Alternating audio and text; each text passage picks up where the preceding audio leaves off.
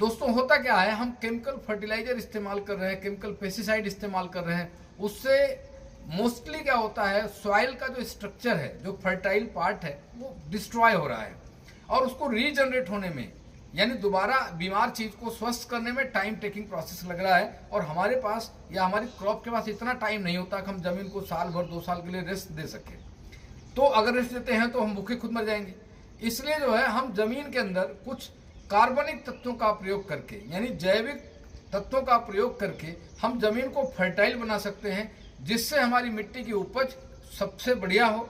और उसके अंदर एक साथ में हम श्री विधि का इस्तेमाल करेंगे कि जैसे वर्तमान में बहुत सारे लोगों ने इसका उदाहरण प्रस्तुत किया है कि हम वर्मी कंपोस्ट भी लगा रहे हैं, साथ में प्लांटिंग भी कर रहे हैं, तो उसका जो वेस्ट पानी निकल रहा है वो पानी कहीं ना कहीं पौधों में जा रहा है, उससे पौधे भी ग्रो कर रहे हैं और ऑर्गेनिकली सर्टिफाइड भी हो रहे हैं। तो इसी तरीके से हम जैसे आलू ले रहे हैं तो बीच में प्याज ले सकते हैं, टमाटर भी ले सकते हैं, भिंडी भी ले सकते हैं। श्री विधि के हिसाब से, सीजनल फ्रूट के हिसाब से हम कंटिन्यू चल सकते हैं। हम जोताई का खर्चा को रिड्यूस कर सकते हैं, हम उसमें अंदर वीडीसाइड का प्रयोग कम करके अपने खर्चे को बचा सकते हैं। हम उसके अंदर जो बायोलॉजिकल फैक्टर्स में आते हैं, नीम बेस्ड, आक बेस्ड और कई अदर चीजें आती है, तंबाकू बेस्ड मटेरियल का इस्तेमाल करके हम केमिकल, इंसेक्टिसाइड और पेस्टिसाइड का प्रयोग बिल्कुल कम करके अपने खर्चे को सेव कर सकते हैं और यील्ड को बढ़ा सकते हैं। तो हमारा जो फोकस होना चाहिए वो खेती में उपज को हम किस तरीके से आगे बढ़ाएं। जैविक खाद में ऐसी क्या चीजें होती हैं जिसकी वजह से हमें केमिकल से बेहतर बनाती है वो। और ये जो एक मिथ है कि ऑर्गेनिक खेती करने से प्रोडक्शन कम हो जाती है या ऑर्गेनिक खेती करने से हमें लाभ कम मिलता है, दोस्तों इसके एक नहीं, सिग्निफिकेंट में देखेंगे तो सैकड़ों लाभ हैं इसकी। मैं एक एक लाभ को गिना नहीं सकता हूं, लेकिन मैं मोटा मोटी 2-4 लाभ को बताता हूं। पहली बात, आपके घर में हर कोई बीमारियों से जूझ रहा है। किसी को डायबिटिक है, तो किसी को नी पेन है, तो किसी को बाल झड़ रहे हैं, तो किसी को विटामिन डी की कमी है। इस तरीके के बहुत सारे रोग हैं। हम द्वारा अगर फूड बैलेंस हो तो ये बीमारियां हट जाएंगी। तो जो बीमारी में यूज होने वाले पैसे हैं, उस पैसे को आप सेव कर सकते हैं। तो पहली इनकम आपकी यहाँ हुई।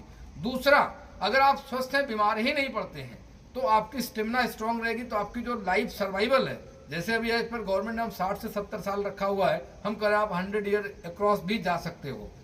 दूसरा, प्रोडक्शन कभी कम नहीं होता है, ये तो एक मिथ है। आप ऑर्गेनिकली जब भी प्रोड्यूस को उत्पादित करते हैं, आप हमेशा ग्रोथ की तरफ जाते हैं, कभी भी ये कम ही नहीं होता है। तो आप अच्छे एक्सपर्ट की सलाह लें, आपके नियरेस्ट जो डॉक्टर होते हैं उनसे बात करें और उनके साथ डिस्कस करें कि सर हमको अगर कॉपर पीना है तो हम कैसे पिएंगे, अगर हमको आयरन खाना है तो हम कैसे खाएंगे। गोलियों के रूप में आयरन खाने के बजाय आप तवे पे हफ्ते में 2 दिन, 3 दिन, 4 दिन और संभव हो सके तो भुजिया सब्जी डेली बना के खाइए। आयरन की कमी आपके शरीर में कभी कम नहीं पड़ेगी। कॉपर बॉडी को चाहिए, आपको तरोताजा स्किन टोन को ग्लो में लेके आना है। लोग फिटकरी का इस्तेमाल करते हैं, मैं कहता हूं आप कार्बन का पानी पीजिए, आपका राहु भी इससे ठीक होगा, आपका पेट भी इससे ठीक होगा और आप स्वस्थ रहेंगे, बहुत अच्छा रहेंगे। जिंक का बर्तन में हम खाना बनाते हैं, जिंक हमारे लिए उपयुक्त नहीं है, लेकिन फिर भी ज्यादातर घरों में जो आजकल बर्तन पाए जा रहे हैं वो पीतल के नहीं होते हैं, कॉपर के नहीं होते, कांसा के नहीं होते, सब टोटल जिंक के होते। स्टील या फिर जस्ता, स्टील या जस्ता, ये दोनों हमारे शरीर के लिए ऑर्गेनिकली फिट नहीं है। तो हम बीमारी तो घर में खुद ही लेके आ रहे हैं। तो इन सब से हम कैसे बचें? इन सब से बचने के लिए अधिकतम प्रयास करो, लोहा या मिट्टी के बर्तन का इस्तेमाल करो, कॉपर या कांसे का बर्तन का इस्तेमाल करो, या आप पीतल के बर्तन का इस्तेमाल करो। इससे भी आप 100% स्वस्थ हो सकते हो, दवाइयां आपके घर से बाहर चली जाएंगी।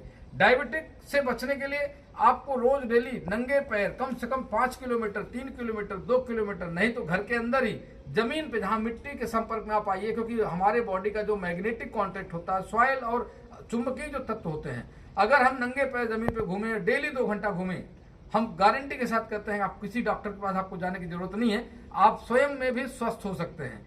इसलिए प्रकृति ने हमको संपूर्ण एक वरदान दे रखा है। अगर हम प्रकृति के नियमों का पालन करें तो हम कहते हैं कि दवाइयां हमारे घर में कभी आएंगी ही नहीं और हमें दवाइयों के बारे में कभी सोचने की जरूरत ही नहीं है।